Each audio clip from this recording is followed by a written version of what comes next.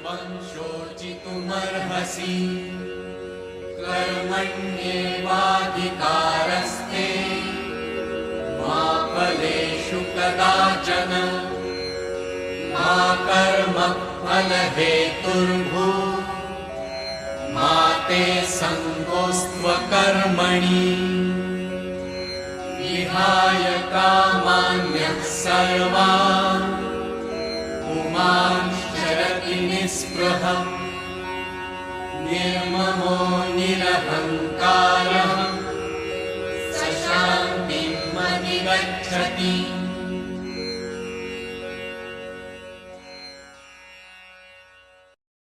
નિત્યક્રમ પ્રમાણે આપણે 3 વખત ઓમકાર. હરિ ઓમ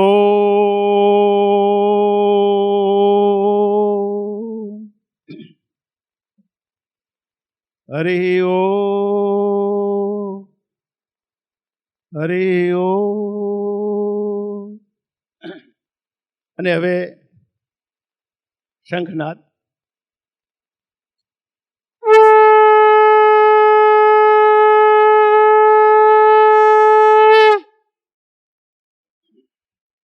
ओम विश्वानि देव सवितर्दुदितानि परासो यद्भद्रं तन्नयासो. ओम शांति शांति शांति.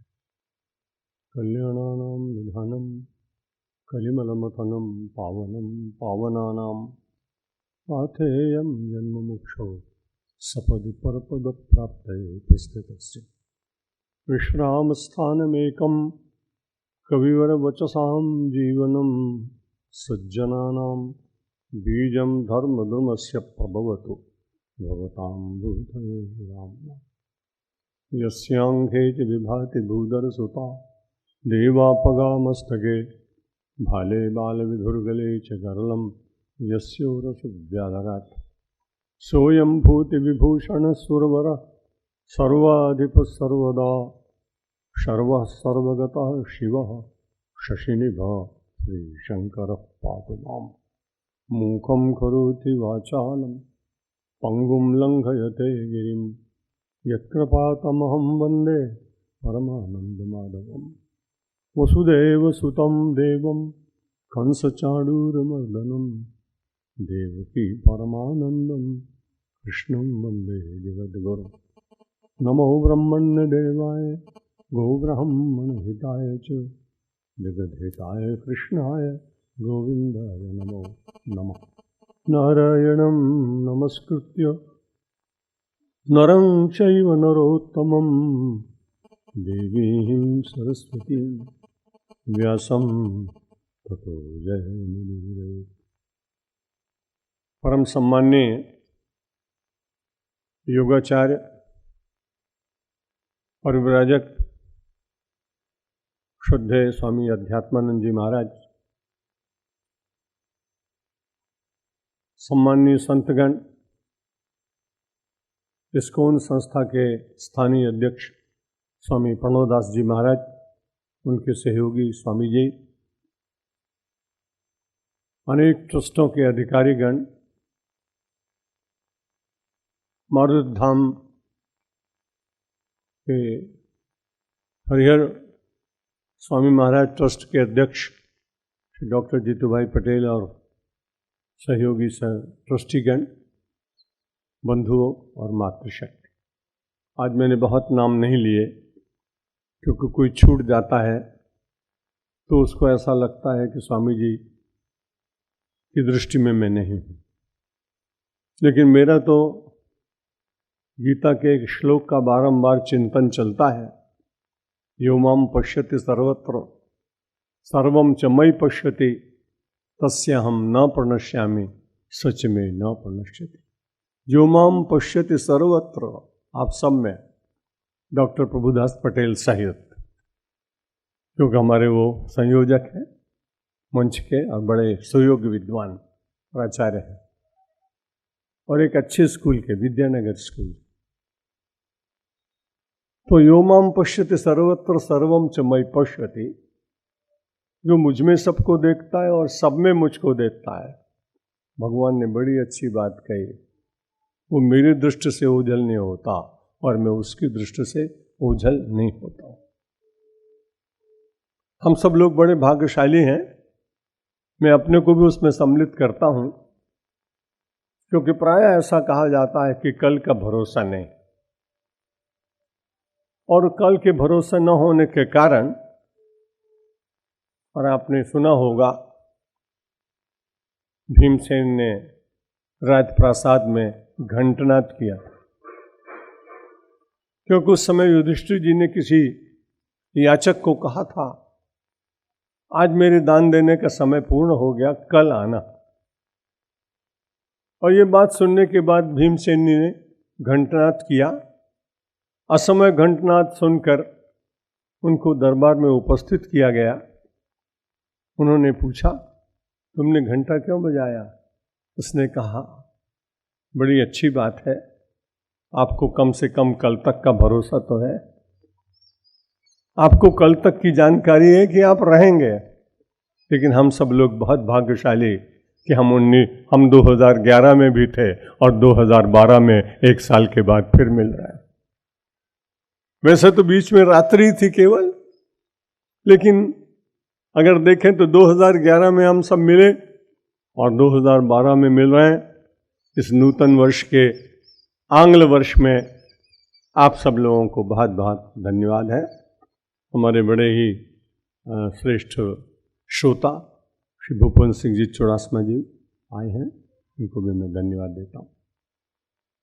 मन की वृत्तियों को एकाग्र करने के लिए एक बार भगवान का पवित्र नाम लेंगे। हर बार जब भी मैं आपके मध्य आता हूँ, बड़ी विनम्रता पूर्वक अपनी असमर्थता को प्रकट कर देता हूँ कि मैं गीता का कोई अधिकारी विद्वान नहीं, मैंने इसके ऊपर कोई भाष्य नहीं लिखा है, हमने कोई टीका नहीं लिखी है, जो मैं कह रहा हूं वही सत्य है, इस प्रकार का मेरा आग्रह भी नहीं। लेकिन गीता एक महासागर, उसमें सब लोगों को अवगाहन करने का अधिकार है, गोता लगाने का अधिकार है, तैरने का अधिकार है, नीचे गहराई में जाने का अधिकार है, प्रमादी व्यक्ति को सीपी लेने का अधिकार है और साधक को मोती प्राप्त करने का अधिकार। अपने उस सहज परमेश्वर के द्वारा प्रदत्त मानव जीवन के अधिकार का सहज प्रयोग करते हुए स्वाध्याय, चिंतन, ये साधु के जीवन के अंग होते हैं। उन सबको स्वीकार करते करते जो कुछ कभी मिल जाता है, और लोग आग्रह करते हैं कि आपको आना चाहिए। अनेक प्रवचनों में मैं आपको निवेदन कर भी चुका हूं कि मैं प्रवचन करता नहीं हूं। ये प्रवचन मेरी एक पूजा है जो पिछले 52 वर्ष से चल रही है, और प्रतिदिन मुझे मेरे बदलते हुए भगवान के दर्शन होते हैं। कभी नर्मदा तट पर जबलपुर में हजारों लोग, तो कभी दिल्ली के बहुत बड़े मैदान में कई लाख लोग, कभी किसी के परिवार में 5-10 लोग। मारुति धाम में आप सब यहाँ समुपस्थित मेरे नारायण, और मैं अपने शब्दों के पुष्प आप पर चढ़ाने का प्रयत्न करता हूँ, आप स्वीकार करते हैं, मैं इसके लिए आपका आभार व्यक्त करता हूँ। भगवान का पवित्र नाम लें, फिर आपसे चर्चा करें। श्री राम जय राम जय जय राम, श्री राम जय राम जय जय राम, श्री राम जय राम जय जय राम, श्री राम जय राम जय जय राम, श्री राम जय राम जय जय राम, श्री राम जय। आप सभी इन महापुरुषों से जो यहाँ विराजमान संतगण हैं और अपने पारिवारिक जीवन में भी आने वाले प्रबुद्ध जनों से आपने निश्चित रूप से श्रवण कर रखा होगा, क्योंकि संसार में और जितने ग्रंथ हैं उनको पढ़ा जाता है, केवल एकमात्र ग्रंथ है जिसको गाया जाता है, जिसको जीवन में धारण किया जाता है। और यदि उसको कोई प्राप्त कर ले तो दूसरा शास्त्र रहे तो बड़ी अच्छी बात, ना रहे तो चिंता करने की बात नहीं। गीता सुगीता कर्तव्या कि मन्ये शास्त्र विस्तर ही या स्वयं पद्मनाभस्य मुख पद्मात विनिश्रुता। जितने शास्त्र हैं किसी के ऋषि के, ऋतंभरा प्रज्ञा की अवस्था में उसको उसकी बुद्धि में उसकी ऋतंभरा प्रज्ञा में प्रकट हुए और उसने अपने शिष्यों को परंपरा से देते हुए जीवित रखा। कुछ ऐसे महापुरुष हुए जो अपने कर्मयोग को करते हुए भी कुछ ऐसी बातें कह गए जिनमें शास्त्र का दर्शन होता है। वर्णाश्रम की दृष्टि से वो बहुत उच्च वर्ण में उत्पन्न हुए लोग नहीं, लेकिन उनकी वाणी का आदर उतना ही है जितना किसी उच्च वर्ण में उत्पन्न हुए किसी महापुरुष के मुख से निश्चित वाणी का। कबीर को कौन भुला सकता है? साधारण से गांव में उत्पन्न होने वाले महापुरुष ने अपने कर्म को करते हुए ताने बाने बुनते हुए और जो चादर बिनने का प्रयत्न किया और जो शब्द दिए, जो वाणी दी। अभी इलाहाबाद विश्वविद्यालय में मेरा कार्यक्रम था, वहाँ एक प्राध्यापक से मैंने पूछा कि यहाँ कितने संतों के ऊपर लोगों ने डॉक्टरेट लेने का प्रयत्न किया, तो उन्होंने बताया कि हमारे विश्वविद्यालय में से 10 लोगों ने गोस्वामी तुलसीदास के ऊपर पीएचडी प्राप्त की। और आश्चर्य की बात है कि गोस्वामी तुलसीदास जी तो बहुत प्रज्ञावान पुरुष थे। शब्द, शास्त्र, भाषा, अलंकार, उपमा अलंकार तो अद्भुत है। कालिदास के बाद यदि कहीं उपमाएं पढ़नी हो तो आपको रामचरितमानस पढ़ना चाहिए। पर मुझे बात सुनकर बड़ा आश्चर्य हुआ कि वहां के प्राध्यापक ने कहा कि गोस्वामी जी के ऊपर 20 लोगों ने डॉक्टरेट की, पर कबीरदास के ऊपर 40 लोगों ने की, एक विश्वविद्यालय से। आश्चर्य की बात है। तो मुझे ऐसा लगता है कि जब सिद्धांत कभी जीवन के साथ अनुस्यूत हो जाते हैं तब उसमें से कुछ कहना नहीं पड़ता है। जो कुछ निकलता है, जो कुछ प्रस्फुटित होता है, जो कुछ बहिर्गत होता है, जो कुछ चिंतन श्रवित होता है, वो सारा अपने आप ही शास्त्र बन जाता है। महापुरुषों के कही हुई वाणियों से लोगों को लाभ मिलता है। और ये श्रीमद् भगवद गीता तो या स्वयं पद्मनाभस्य मुख पद्मात् विनिश्रिता, परमात्मा के मुख कमल से प्रकट हुई है। इसलिए बहुत अच्छा है। पिछले बार भी इस बात को कहा था, हम सब लोग बहुत अच्छे लोग हैं। कई बार कुछ प्रबुद्ध लोग कहते हैं कि हमने तो बहुत बार कथा सुनी। कितनी बार सुननी चाहिए? ये श्लोक में हमने कई बार सुना है, कितनी बार सुनना चाहिए? मैं अपने विनोदी स्वभाव के कारण उनसे प्रतिप्रश्न करता हूं, आपने भोजन कितनी बार किया है, वस्त्र कितनी बार पहने हैं, निद्रा कितनी बार ली है? वहां ये प्रश्न आप नहीं उठाते कि कितनी बार सोना चाहिए, कितनी बार भोजन करना चाहिए, कितनी बार स्नान करना चाहिए। केवल कथा के श्रवण में ही ये प्रश्न क्यों उपस्थित होता है कि कितनी बार कथा सुननी चाहिए?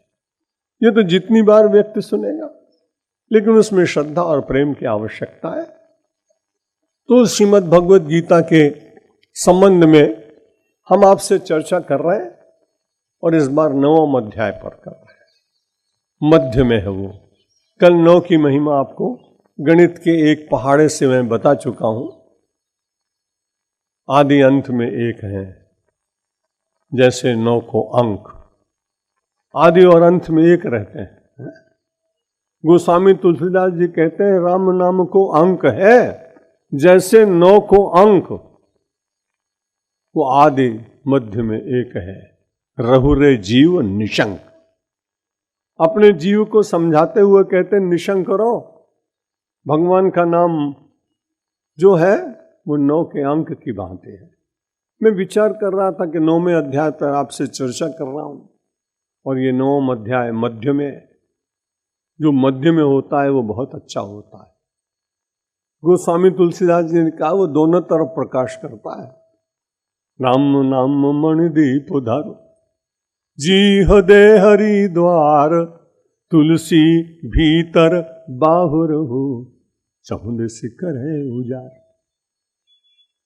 जब वो मणि राम नाम मणि दीप धर मध्य में रखी गई, जी हृदय हरि द्वार। किसी के मकान के दरवाजे पर आप दीपक रखें तो वो दीपक अंदर के कक्ष को भी प्रकाशित करेगा और बाहर के मैदान को भी प्रकाशित करेगा। ये 9वां अध्याय ऐसा अध्याय है, यदि हम सब लोगों के देह रूपी महल में बुद्धि रूपी कपाट के भीतर अपने हृदय की श्रद्धा रूपी चौखट पर यदि हमने इसे रखने का प्रयत्न किया तो हमारा व्यवहार भी शुद्ध होगा और हमारा आत्मशुद्धि का मार्ग भी प्रशस्त हो जाए। राम नाम मणिदीप धर जीह देहरी द्वार, तुलसी भीतर बाहु रहो जो चाह से उजियार। जो व्यक्ति उजाला चाहता है, पूजा के समय में हमें उजाला मिले और कर्म के समय उस पर कोई आवरण पड़ जाए तो पूजा का प्रताप लगभग अधूरा रह जाएगा। इसलिए श्रीमद् भगवद गीता के सारा पूरा का पूरा एक एक शब्द ही बहुत ही कल्याणकारी है। लेकिन इदम तुते गुह्यतमम प्रवक्ष्याम्य न सूयवे ज्ञानम विज्ञान सहितम यज् ज्ञात्वा मोक्ष से शुभात् अशुभात्। हम सब लोग शुभ के अभ्यासी हैं, उसे प्राप्त भी करना चाहते हैं। बड़े बुद्धिमान लोग हैं आप सभी लोग। शुभ तो सब प्राप्त करना चाहते हैं, लेकिन जब दीपावली आती है तब मैंने कहीं कहीं ऐसा भी देखा है कि कुछ लोग पहले लाभ लिखते हैं, बाद में शुभ लिखते हैं। कुछ लोग शुभ लिखते हैं, लाभ बाद में लिखते हैं, और कुछ लोग लाभ पहले लिखते हैं, शुभ बाद में लिखते हैं। दोनों ही ठीक हैं, क्योंकि शुभ का अंत तो गत्वा परिणाम लाभ में ही है, लेकिन लाभ का परिणाम शुभ में है ऐसा कह पाना कठिन। जब मानव के जीवन में केवल लाभ ही लाभ रह जाता है तब क्षमा करिए, वो कभी अपने मकान में भी रह सकता है और कभी उसे तिहाड़ जेल भी जाना पड़ सकता है। व्याख्या मैं नहीं करूंगा क्योंकि मैं किसी राजनीतिक दल का प्रवक्ता नहीं, लेकिन केवल लाभ को देखने वाला व्यक्ति जरूर लाभ उसको मिलेगा। जिसके भीतर परमात्मा निवास करेंगे उसको लाभ तो मिलेगा ही मिलेगा, गारंटीड है वो। लाभस्तेषाम जयस्तेषाम कुतस्तेषाम पराजय येषाम इंदीवरश्यामो हृदयस्थो जनार्दना। जिसके हृदय में जनार्दन विराजमान हो गए उसको तो जहां भी दुनिया में जाएगा लाभ ही लाभ है। लौकिक दृष्टि से उसका अलाभ भी उसके लिए लाभ प्रदान करता है, क्योंकि लौकिक दृष्टि से अलाभ में जीने वाली वेदना जब जागती है और वो गहन हो जाती है तब उसमें से निर्वेद जगता है, तब उसमें से वैराग्य प्रकट होता है। मन की इच्छा पूर्ति हुई तो लाभ मिला, मानो किसी प्रारब्ध की विपरीत रेखा के कारण वो लाभ न मिल पाया और अलाभ संकट के रूप में आ गया, वो गहरा गया।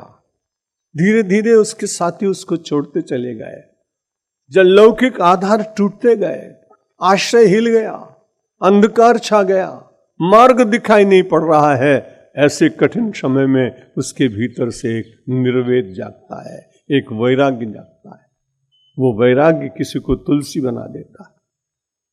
और जब उस पगले मानव को उसके ही जिससे बहुत अधिक प्रीति करता था वो उसको धिक्कार कर कहती है, हाड़ मांस की देह मम तामे ऐसी प्रीति ऐसी होती जो भगवंत पद तो मिट जाती भवभीत। जैसा तुम्हारा मोह मेरे प्रति हुआ है, यदि ऐसा मोह कभी परमात्मा के प्रति हो जाता तो संसार का बंधन मिट जाता था। अलाभ हुआ कि नहीं? इच्छा पूर्ण नहीं हुई।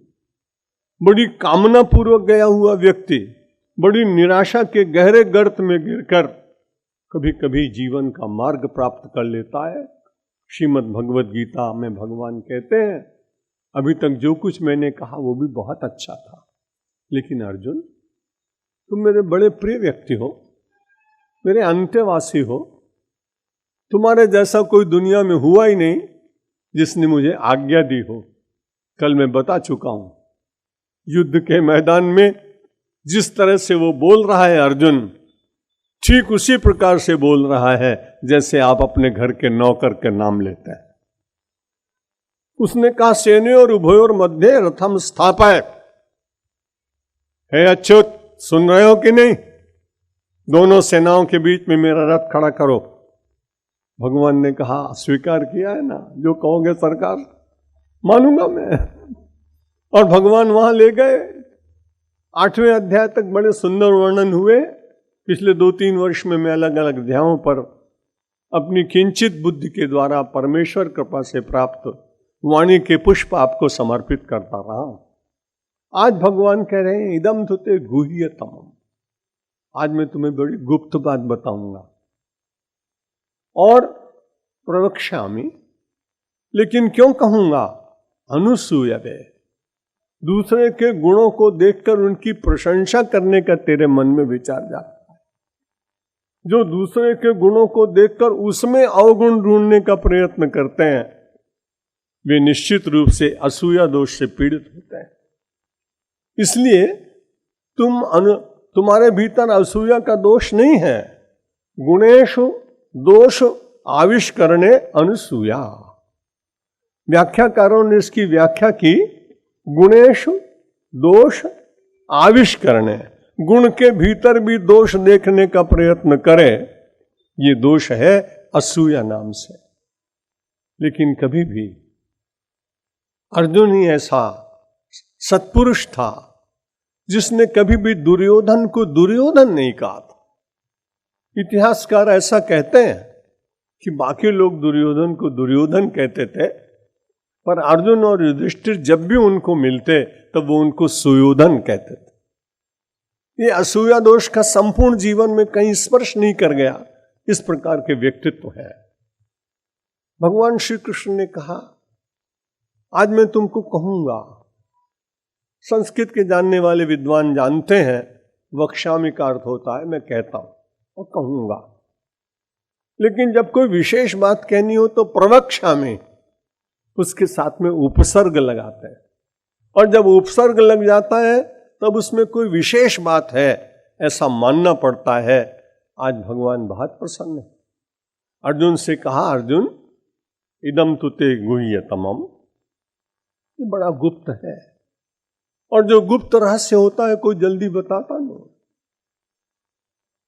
ज्ञानम विज्ञान सहितम यज ज्ञात्वा मोक्ष से शुभाश। जो अशुभ जीवन में आ रहा है उससे तुम मोक्ष प्राप्त करोगे। मुझे भगवान की बात बहुत अच्छी लगती है कि वो मानव के पुरुषार्थ को जगाते हैं, वो मानव की महिमा को जागृत करते हैं। भगवान तुरंत कह देते रे अशुभ अशुभ कहां है अब तेरे लिए, जब मैं तेरे साथ आ गया तो मोक्ष तो तुझे मिलेगा ही मिलेगा। लेकिन भगवान ने नहीं कहा कि मैं तुझे मोक्ष दिला दूंगा, और एक स्थान पर कहा कि तुम मेरे तरह पूरी तरह शरण में आ जाए तो भी मैं मोक्ष नहीं दिलाऊंगा। सर्वधर्मान परित्यज्य मामेकम शरणम ब्रज अहम त्वा सर्व पापेभ्यो मोक्षयिष्यामि। मां शुचा, शोक मत कर। जीवन की सबसे बड़ी मेरी और आपकी कठिनाई है, समय समय पर हम सब लोग शोकग्रस्त हो जाते हैं। किसी का शोक क्षणिक होता है, किसी का दीर्घकालिक होता है, किसी का शोक जीवन भर व्याप्त होता है, और किसी का शोक सीमा पर पहुंचकर आत्महत्या के रूप में परिणत हो जाता है। इसलिए अध्यात्म की जो सबसे बड़ी उपलब्धि या देन है या मानव के लिए प्रसाद है, अपने अपने चिंतन की बात है। मुझे ऐसा लगता है श्रीमद् भगवद गीता एक शोक रहित समाज का निर्माण करना चाहती, और जब मनुष्य के भीतर शोक नहीं होगा तो उसके बदले में होगा क्या? प्रसन्नता होगी। एक पूरा प्रसन्नतापूर्ण समाज का निर्माण करने का स्वप्न, एक आधार, एक उद्देश्य, एक कार्यक्रम, एक प्रोजेक्ट अगर किसी ने संसार को सबसे पहले दिया तो मैं बड़ी नम्रता के साथ कह सकता हूं भगवान श्री कृष्ण उसके आदि पुरुष हैं और आदि प्रणेता हैं, जिन्होंने विश्व की मानवता को शोक रहित करने के लिए कितने दिव्य उपदेश किए। आज अर्जुन को कह रहे हैं इदम तुते गुह्यतमम्।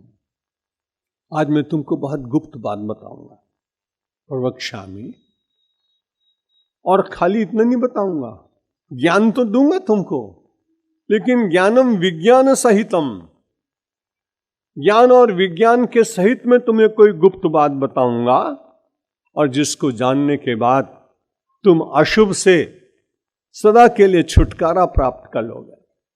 जब मनुष्य के जीवन में से अशुभ समाप्त हो जाता है तब शुभ ही तो शेष रहता है। और जब शुभ शेष रहता है तो केवल परमात्मा ही तो सर्वश्रेष्ठ शुभ तत्व है। वही कभी शिव तत्व बन जाता है, कभी विष्णु तत्व बन जाता है, वही कभी गौरी तत्व बन जाता है, वो कभी गणपति तत्व बन जाता है। वो तत्व सबके भीतर एक है, उसमें व्याप्त केवल जो है वो एक ही है, उसके स्वरूप भिन्न भिन्न दिखाई पड़ते हैं। आपने देखा कि जो अब राजा, उन्होंने कहा कि इदम ज्ञान विज्ञान सहितम, और ये भी कह दिया कि बहुत दिव्य है ये, तो ज्ञान तो मुझे है और आपको भी है कि पानी से तृषा मिटती, लेकिन वैज्ञानिक को मालूम है कि जल के द्वारा क्या क्या हो सकता है, जल के रंग कितने हैं, जल का प्रयोग कहाँ हो सकता है, धरती में कहाँ जल है, कौन सा जल व्यक्ति के लिए अनिष्टकर है, कौन सा जल शुभदायी है। तो ये जब पूरी तरह से किसी एक वस्तु को गहराई से जान लिया जाता है तो उसे विज्ञान बताता है। बहुत लोगों ने प्रयत्न किए, कल मैं विचार कर रहा था, ये तो गुह्यतम बात किसी किसी को प्राप्त होती है। कितने लोगों ने साधना की, अज ने की, रघु ने की, दिलीप ने की, रोज प्रार्थना करते रहे हिमालय से, सुरसरी को दे दो, गंगा को दे दो, जाह्नवी को प्रदान कर दो। बहुत प्रार्थना करते रहे, 3-3 पीढ़ियां बीतती चली गई, लेकिन वो गंगा नहीं मिली। उसको मिली, किसको मिली? भगीरथ को मिली, और भागीरथी बनकर आई। इससे पहले भी कितने लोग हुए होंगे, लेकिन किसी को वो ज्ञानम विज्ञान सहितम भगवान ने नहीं दिया और अर्जुन को दे दिया। और इसलिए कि उसको पात्र दिखाई पड़ा, उनको दिखाई पड़ा कि ये व्यक्ति धारण कर सकेगा। वास्तव में धारणा की शक्ति न हो तो व्यक्ति अध्यात्म में भी कहीं कहीं पथभ्रष्ट हो जाता है, उसमें मिलने वाली सिद्धियां उसको विचलित कर देती हैं। इसलिए भगवान ने देखा ये अधिकारी भी है और ये पात्र भी है, ये मेरे दिए हुए ज्ञान का रक्षण कर सकता है, इसे अपने जीवन में पचा सकता है। यदि कोई व्यक्ति अपने शारीरिक शक्ति की क्षमता से अधिक अपने ऊपर भार रख ले तो गिर पड़ेगा।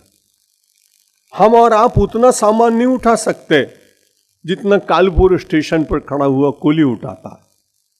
2-2, 3-3 अटैची अपने सर पर रख लेता है, कंधे के ऊपर एक बैग टांग लेता है, बड़ी मस्ती से चलता है। आश्चर्य होता है इतना बोझ कैसे उठाएगा। मुझे ऐसा लगा कि अध्यात्म का दिव्य वह स्वरूप सामान्य व्यक्ति उसको पचा न सकता। इसलिए भगवान श्री कृष्ण ने अर्जुन को कहा कि मैं तुमको ये ज्ञानम विज्ञान सहितम, ज्ञान और विज्ञान के सहित मैं तुमको ये उपदेश दूंगा। बड़ी विचित्र बात है, जब असूया दोष आ जाता है तब व्यक्ति दूसरों को मतिभ्रमित करने का प्रयत्न करता है। एक घटना याद आती, महाभारत का युद्ध चल रहा है, कर्ण ने अपना सारथी बनाया है शल्य को। जब शल्य बड़ी तेजी से रथ चला रहे हैं और उस समय कर्ण उठाता है अपना धनुष और बाण लगाने का प्रयत्न करता है, बड़ा गुणवान है, सारे संसार में उसकी प्रसिद्धि है। लेकिन अचानक शल्य कान में कहता है, कर्ण बुरा मत मानना, तुम जिस घर में जन्मे हो ना, वहां पीढ़ियों तक भी किसी ने बाण उठाया नहीं। चला हो तुम, अच्छी बात है, मैं कुछ कह नहीं रहा हूं, लेकिन तुम्हारे तो वंश में किसी ने बाण नहीं चलाया, तुम बाण चला रहे हो। उसको बड़ा मन में भरोसा था कि मैं अपने लक्ष्य को साधित करूंगा, जिसको मैं मारना चाहूंगा मैं मारूंगा। लेकिन अचानक असूया दोष से परिपूर्ण उस शल्य ने और कर्ण के मन में शंका जगाने का जो प्रयत्न किया तो बार बार वो चूक जाता था। इसलिए असूया दोष वाले व्यक्तियों से अपने को बचा के रखने का भी बड़ा प्रयत्न करना चाहिए।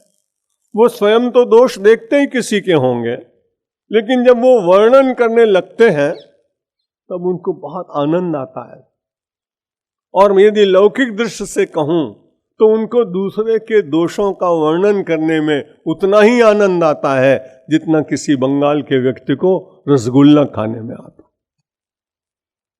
इतना लोग अनुभव करने लगते हैं, बड़े आश्चर्य की बात। इसलिए बहुत ढूंढा भगवान ने, और ढूंढने के बाद असूया दोष से रहित अपने अंतरंग जीवन में परम नैकट्य को प्राप्त करने वाले उस अर्जुन को कहा, ज्ञानम विज्ञान सहितम, मैं तुमको ज्ञान विज्ञान के सहित बनाऊंगा। और जब भगवान ज्ञान को विज्ञान सहित बता देते हैं तो सबसे बड़ा लाभ मुझे और आपको ये होता है, गीता पढ़ने से लाभ होगा, हमारे मन के भीतर उस विज्ञान को प्राप्त करने के लिए छटपटाहट तो होती है, व्यग्रता भी जागती है, हम व्यथित भी होते हैं, हमारा वैराग्य भी जगता है, लेकिन बड़ी कठिनाई, बीच में कभी कभी संदेह आ जाते हैं। और उन संदेहों के कारण हम उतनी अच्छी स्थिति में पहुंचने के बाद फिर से लौट पड़ते हैं। इसलिए आवश्यकता इस बात की है कि हमारे पास वो संशय की वृत्ति ना हो। जब संशय की वृत्ति नहीं होगी तो विज्ञान का प्रभाव इतना होगा कि प्रारंभिक रूप से आने वाले संशयों की ग्रंथि का विच्छेद भी उसी के द्वारा होगा। भिद्यते हृदय ग्रंथि क्षिद्यन्ते सर्व संशय क्षीयन्ते चास्य कर्माणि तस्मिन् दृष्टे परावय। उपनिषद का वाक्य है। बड़े विद्वान हमारे स्वामी अध्यात्मानंद जी भी विराजमान है। मैं तो चाहता था वो भी मंच पर विराजमान हो, पर उन्होंने कहा कि नहीं, मैं सामने बैठकर आनंद लूंगा। श्रेष्ठ पुरुषों के सद्गुण है। तो मैं आपसे निवेदन कर रहा था, विज्ञान सहितम, जब परमात्मा को आप विज्ञान सहित जानने का प्रयत्न करेंगे तो जगत धीरे धीरे बोलेगा। एक साथ दोनों चीजें नहीं रहती, क्षमा करिएगा। एक आदमी ने कहा, मुझे सूर्य से बड़ा प्रेम। बड़ी अच्छी बात है। थोड़ी देर में कहता है कि ये तो बात ठीक है, लेकिन मुझे अंधेरा बहुत अच्छा लगता है। तो उनका बड़ी विचित्र बात है, तुम दोनों से कैसे प्रेम करोगे? उसने कहा, बात तो ठीक है, तो जहां राम तहां काम नहीं, जहां काम नहीं राम, तुलसी कब हो रही सके कि रवि रजनी एक ठाम। कभी सूर्य और अंधेरा दोनों साथ साथ रह सकते हैं क्या?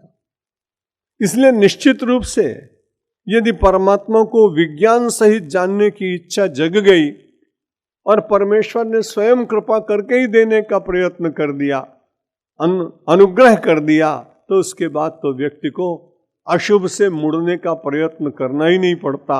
स्वयं अशुभ ही उससे स्वयं आतंकित होकर हटता चला जाता है। किसी व्यक्ति ने एक बार कहा था सूर्य से कि आप सारे संसार को प्रकाशित करते हैं, आपको तो किसी के साथ द्वेष है ही नहीं, तो एक बार अंधेरे के साथ बातचीत तो कर लो। सूर्य भगवान ने कहा, मैंने तो कभी मना नहीं किया ना, आप लाओ ना सही उसको। अंधकार से कहा, चलो सूर्य से मिला देते हैं, लेकिन जब वो चलने की तैयारी करने लगा तो अंधकार ही स्वयं प्रकाश बन गया। अब मिलता तो कैसे मिलता मेरे भाई और बहन, हम लाख कोशिश करें, लेकिन जिस दिन मिलन की आकांक्षा होगी, अंतर का अंधकार मिटेगा, जीव और ब्रह्म हो जाएगा, और सगुण साकारवादी हुआ तो ईश्वर को आराध्य मान करके उसका साकार दास बन करके और जीवन को कृतार्थ करेगा। उस विज्ञान को भगवान देना चाहते हैं, और हम सब लोग बड़े अच्छे लोग, हमारी संस्कृति बड़ी महान। कहीं अभी थोड़े दिन पहले गया था, दीप प्रकट करने के लिए जाना पड़ता। मैंने कहा, शुभम करो तो कल्याणम, आरोग्यम सुख संपदाम। दूसरी पंक्ति जिस भी महापुरुष ने लिखी होगी मैं उसको प्रणाम करता हूं, क्योंकि उसने भारतीय संस्कृति का बहुत अध्ययन किया हुआ। वो ये कह सकता था शत्रु विनाशाय, लेकिन हम शत्रु का विनाश नहीं करते, शत्रु बुद्धि विनाशाय। वो व्यक्ति कल को समाज के लिए बहुत अच्छा हो सकता है। यदि कोई वाल्मीकि बहुत ज्यादा दुष्ट जीवन जीने वाला व्यक्ति है और उसके पास कुबुद्धि है, लेकिन यदि कोई नारद मिल जाए तो वो साधारण सा रत्नाकर नाम का व्यक्ति वाल्मीकि बनकर और समाज के लिए आदि संस्कृत काव्य दे सकता है। इसलिए जब दीपक को हम जलाते हैं तो हमारे सबकी परंपरा देखिए, ईसाई धर्म अच्छा है, लेकिन ईसा मसीह को धन्यवाद देता हूं, पढ़ने को लिखते हैं लव दाई नेबर, बड़ा छोटा सा सेंटेंस, जिन्होंने बाइबल पढ़ी होगी, लव दाई नेबर, अपने निकट के पड़ोसी को प्रेम करो। किसी व्यक्ति ने मुझसे पूछा, आपको सनातन धर्म इतना अच्छा क्यों लगता है? मैंने कहा ईसाई धर्म मुझे बुरा नहीं लगता, लेकिन जो सारे दुनिया में विश्व शांति की बात करते हैं यूएनओ में बैठकर, उनके ग्रंथ में जब ये पढ़ता हूं कि लव दाई नेबर, अपने पड़ोसी को प्यार करो, तब मेरा धर्म मुझे इसलिए अच्छा लगता है। अयम निज परो वेत्ते गणना लघु चेतसाम उदार चरिता नान्तु वसुधैव कुटुंबकम। हम सारे संसार को अपना कुटुंब मानते हैं, और इसी उदारता के कारण अनेक कष्टों को सहन करने के बाद तलवार के द्वारा कटी हुई गर्दनों से निकली हुई रक्त की सरिता से कितनी बार दिल्ली की सड़कें रंगी गई होंगी, लेकिन अपना धर्म आज भी जीवित है, बढ़ता जा रहा है। कल मैंने प्रभुपाद वेदांत भक्ति वेदांत स्वामी जी के स्मृति में उनको प्रणाम किया था कि उनके द्वारा बनाया हुआ वो इस्कॉन का मंदिर मॉस्को में, जहां गीता पर प्रतिबंध लगाने की बात कही गई थी, उस नास्तिक देश के माननीय न्यायाधीश ने कहा गीता सांप्रदायिक नहीं है, गीता संकीर्ण नहीं है, गीता हत्या को नहीं सिखाती, गीता प्रेम का दर्शन है, विश्व को जोड़ने वाला ग्रंथ है। आपने ये समाचार परसों समाचार पत्रों में पढ़ा होगा। इसलिए भी गीता की महिमा बढ़ गई, 2012 में और बढ़ गई, क्योंकि अब जब जब लोग इसे पढ़ेंगे तो उनको लगेगा हमारा ग्रंथ कितना पढ़ा। अगर कोई ईसाई देश में कोई इसकी प्रशंसा करता तब तो ठीक था, वहां के धर्म के लोग बड़े अच्छे हैं, रविवार को जाते हैं, लेकिन एक नास्तिक देश के न्यायालय ने हमारी पवित्र गीता का सम्मान करते हुए याचिकाकर्ता की याचिका ही खारिज कर दी। ये तो हमारे लिए बड़े गौरव की बात है। वही तो ज्ञान जो गीता में समाया हुआ है, आज भगवान करुणा विगलित होकर अपने अंतेवासी अर्जुन को कह रहे हैं, ज्ञान विज्ञान सहितम प्रवक्ष्यामि, मैं तुमको कहूंगा। और बड़े प्रसन्न होकर अर्जुन चातक की भांति भगवान श्री कृष्ण की ओर देख रहा है। भगवान ने राज विद्या राजगुह्यम पवित्रम इदम उत्तमम प्रवक्ष्याम्यहम् धर्म्यम सुसुखम कर्तुमव्ययम्। दूसरे श्लोक में भगवान ने कहा, जो तुम्हें मैं सुना रहा हूं ना, ये राज विद्या है, जो गुह्य है। राज विद्या है तो राजा के साथ प्रजा तो होनी चाहिए। तो जितनी विद्याएं हैं सब प्रजा है, भूगोल, गणित, इतिहास, बायोलॉजी, केमिस्ट्री और पता नहीं जूलॉजी, पता नहीं कितने हैं, साहित्य, ये सारी विद्याएं हैं। इनके द्वारा बहुत मैं इसको अच्छा मानता हूं, किसी देश के भौतिक विकास के लिए इन सब विद्याओं में निष्णात लोगों को होना चाहिए, बुरी बात नहीं। लेकिन कठिनाई क्या है, इन विद्याओं के द्वारा मेरे भाई बहन अगर प्राप्त होगी तो आजीविका प्राप्त होती है, और राज विद्या के द्वारा जीवन प्राप्त होता है। जीवन बड़ा है कि आजीविका बड़ी है, यह आज बड़ा प्रश्न है। आजीविका तो आदमी कहीं भी प्राप्त कर सकता है, लेकिन जीवन को प्राप्त करना यह बहुत कठिन बात है। इसलिए भगवान श्री कृष्ण कह रहे हैं, मैं तो ऐसी विद्या दूंगा, राज विद्या राजगुह्यम, जो बहुत ही गुप्त है। और सबसे बड़ी विद्या राज विद्या। कल या परसों किसी स्कूल में मैं गया था, वहां मैंने कहा था कि विद्याएं सब अच्छी हैं, लेकिन विद्याओं में सर्वश्रेष्ठ विद्या कौन? अध्यात्म विद्या विद्या नाम। राज विद्या है कि नहीं? समस्त विद्याओं में सर्वश्रेष्ठ विद्या है अध्यात्म विद्या। जो विद्या भगवान सुनाने जा रहे हैं, जो ज्ञान देने जा रहे हैं, वो ज्ञान कैसा है? इस ज्ञान के द्वारा मिलता क्या है? इस विद्या के द्वारा मिलता है विद्यामृतम अश्नुते। इस राज विद्या के द्वारा अमृतम अश्नुते, इसके द्वारा अमृत प्राप्त होता है। संसार की जितनी विद्याएं हैं आपको लौकिक सुख प्रदान करेंगे, लेकिन अमृतत्व नहीं दे पाएंगे। इस राज विद्या के द्वारा, जिसे 9वें अध्याय में भगवान श्री कृष्ण के पावन श्रीमुख से हम श्रवण कर रहे हैं, वह विद्या मनुष्य के लिए परम कल्याणकारी है। छोटी सी घटना याद आती है, मनुष्य को अपनी अपनी विद्याओं पर बड़ा अहंकार हो जाता है। अहंकार संसार में विनाश का मूल है। वो ऐसा बीज है कि जिसके द्वारा विनाश का वृक्ष धीरे धीरे अंकुरित होकर, पल्लवित होकर, परिवेष्टित होकर मनुष्य को विनाश की ओर ले जाता है। संसार की छोटी छोटी विद्याएं कई बार व्यक्ति के भीतर अहंकार भर देती हैं और वो दूसरे का उपहास करने लगते हैं। घटना यूं घटी, कोई नाव जा रही थी, बहुत सारे लोग बैठे हुए थे, उसमें एक महात्मा बैठे थे। उन्होंने उन लोगों को देखा और बाबा के पास जाके पूछा, भूगोल पढ़ी है? नहीं भैया, नहीं पढ़ी। इतिहास पढ़ा है? नहीं, इतिहास नहीं पढ़ा। गणित जानते हो? नहीं जानता हूं। ज्योमेट्री पढ़ी है? नहीं आती है। खगोल शास्त्र जानते हो? नहीं जानता हूं। भूगर्भ विद्या जानते हो? नहीं जानता हूं। धीरे धीरे नाव नदी में बढ़ती चली जा रही है और वो दूसरा आकर, तीसरा आकर अपनी अपनी विद्या की बात उस सीधे साधे साधु से बार बार पूछते चले जा रहे हैं। साधु ने हर एक बात का निषेध किया। इतने में आंधी चली, आंधी चली और तूफान आया। जब तूफान आया तो बड़ी नम्रता से उस व्यक्ति ने पूछा, आपने जो जो विद्याएं मुझसे पूछी वो मुझे नहीं आती, लेकिन मैं आपसे पूछता हूं, आपको तैरना आता है क्या? उन सब ने कहा, मैं तैरना नहीं आता। उसने कहा, मुझे खाली तैरना ही आता है, तुम डूबो तो डूबो, हम पार गए। ये राज विद्या आपको संसार से पार कराती है। ऐसी अद्भुत विद्या, विद्या अमृतमश्नुत है। इस विद्या के द्वारा व्यक्ति अमृत को प्राप्त करता है और सा विद्या या विमुक्त है। वो विद्या है जो विमुक्ति की ओर व्यक्ति को ले जाए, जो बंधन की ओर ले जाए वो साधारण ज्ञान है, लेकिन जो मुक्ति की ओर ले जाए। और मैं पिछले प्रवचन में आपको निवेदन कर चुका हूं, संसार में कोई ऐसा व्यक्ति नहीं है जिसको मुक्ति प्रिय ना हो। सरस्वती शिशु मंदिर के उस बालक की घटना का स्मरण कराता हूं नए श्रोताओं के निमित्त। जब मैं वहां गया, छोटे छोटे बच्चे थे, बड़े प्यारे लग रहे थे। बालकों के भीतर तो वैसे भी भगवान का अधिक निवास ऐसा मानते हैं, क्योंकि वो निश्चल होते हैं, निर्मल होते हैं।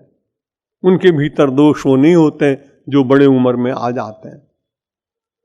मैंने एक छोटे से बालक से, मेरे मन के जिज्ञासु भाव ने उसको बुलाया और मैंने उससे पूछा, तुम बताओ बच्चे कि तुमको सबसे अच्छा कब लगता है स्कूल में?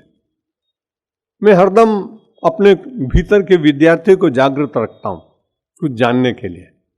बालादपि सुभाषितम ग्राह्यम। एक छोटे बच्चे से भी कुछ अच्छा मिलता हो तो उसे सीखने में व्यक्ति को संकोच नहीं करना चाहिए। उस बालक से मैंने पूछा, मैंने सोचा ये बालक कहेगा कि जब प्राइज डिस्ट्रीब्यूशन होता है और इनाम मिलता है, मेरी फोटो खिंचती है, सब लोग मुस्कुराते हैं, मम्मी पापा शाबाशी देते हैं, तब मुझे बहुत अच्छा लगता है। ऐसा मैं सोच रहा था, उत्तर देगा। फिर मैंने कहा कि वो उत्तर नहीं दिया, उसने चुप रहा। मैंने कहा कि तुमको जब मिठाई मिलती तब बहुत प्रसन्नता होती होगी। उसने कहा कि गुरुजी एक बात बताओ। बताओ, उसीलिए तो पूछ रहा हूं। उसने कहा जब छुट्टी की घंटी बजती है तब सबसे ज्यादा प्रसन्नता होती है। वो आप देखो, एक छोटे से बच्चे को भी मुक्ति चाहिए। वो छोटे से 8 घंटे के बंधन को भी स्वीकार करने में उसे कष्ट होता है। हम और आप तो जीवन भर पता नहीं क्यों इस बंधन को ही स्वीकार करके इसके भीतर ही बारंबार न मालूम कितनी वेदनाओं को सहन करते हैं।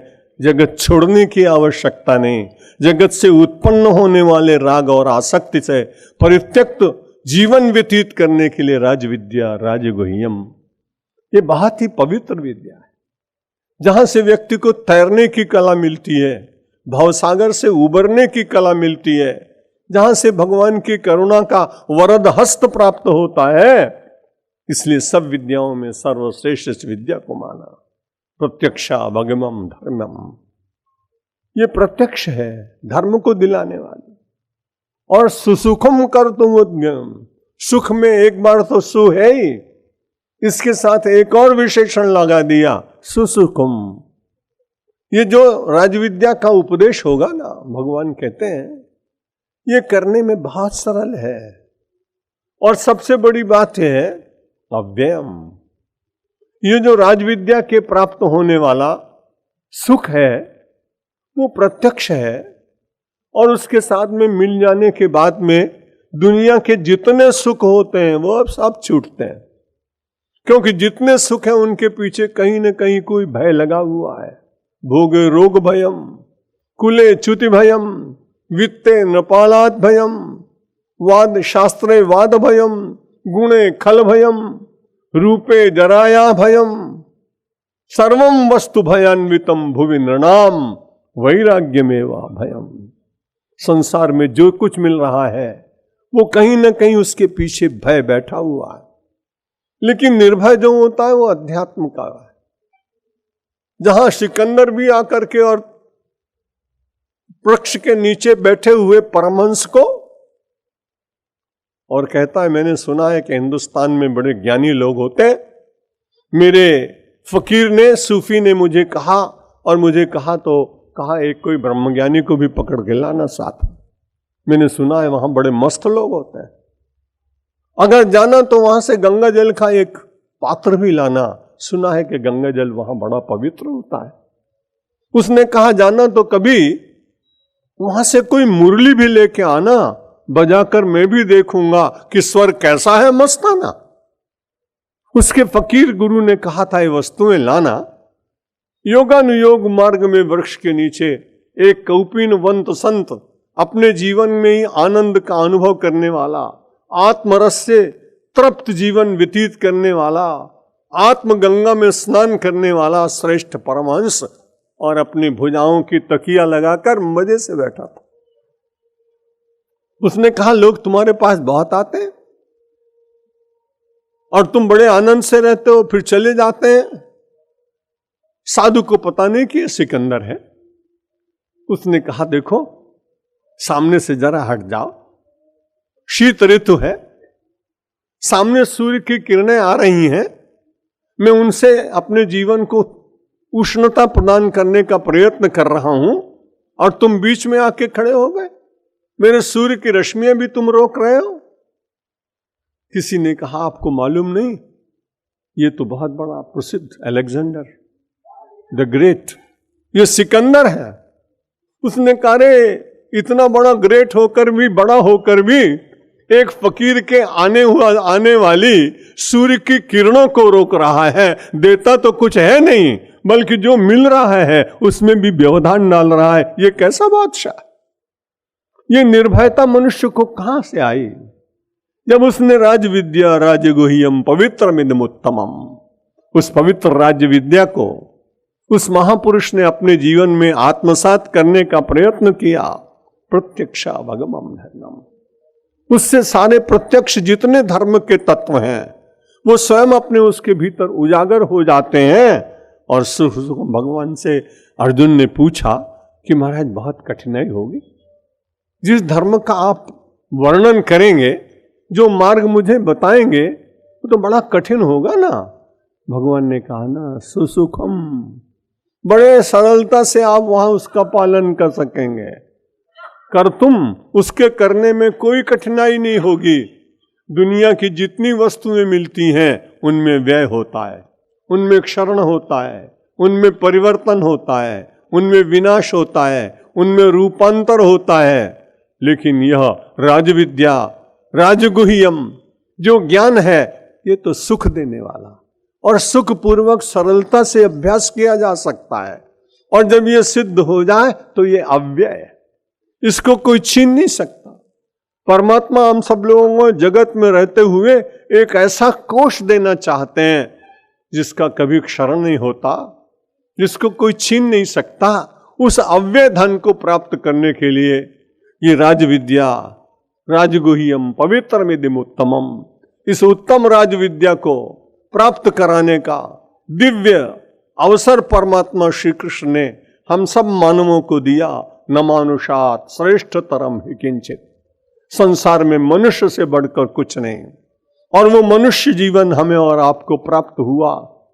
परमात्मा करे कि हमारे जीवन में जीवन को प्राप्त करके जीवन की परिभाषा जानने की इच्छा जागे, आजीविका के बीच में रहें पर जीवन प्रसुप्त न हो जाए, जीवन लुप्त न हो जाए, जीवन जीवन रहे। और इसके लिए एक ही आधार होता है कि जैसे अर्जुन ने भगवान श्री कृष्ण के चरणों का आश्रय प्राप्त किया, लेकिन कब प्राप्त किया? जब कहा शिष्यस्ते हम शाधिमाम त्वाम प्रपन्नम, जब अपना कुछ न रखा तब भगवान ने उसे कुछ देना शुरू किया। आइए हम भी थोड़ा सा अभ्यास करें। अब सौंप दिया इस जीवन का सब भार तुम्हारे हाथों में, सब भार तुम्हारे हाथों में है, जीत तुम्हारे हाथों में और हार तुम्हारे हाथों में, और हार तुम्हारे हाथों में।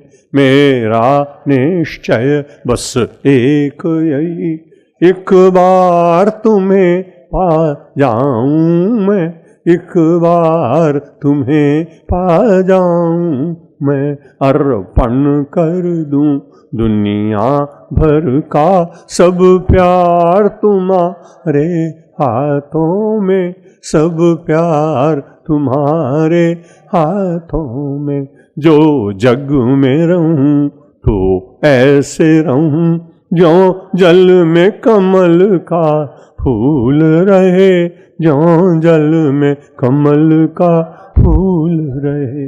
मेरे सब गुण दोष समर्पित हों करतार तुम्हारे हाथों में, भगवान तुम्हारे हाथों में।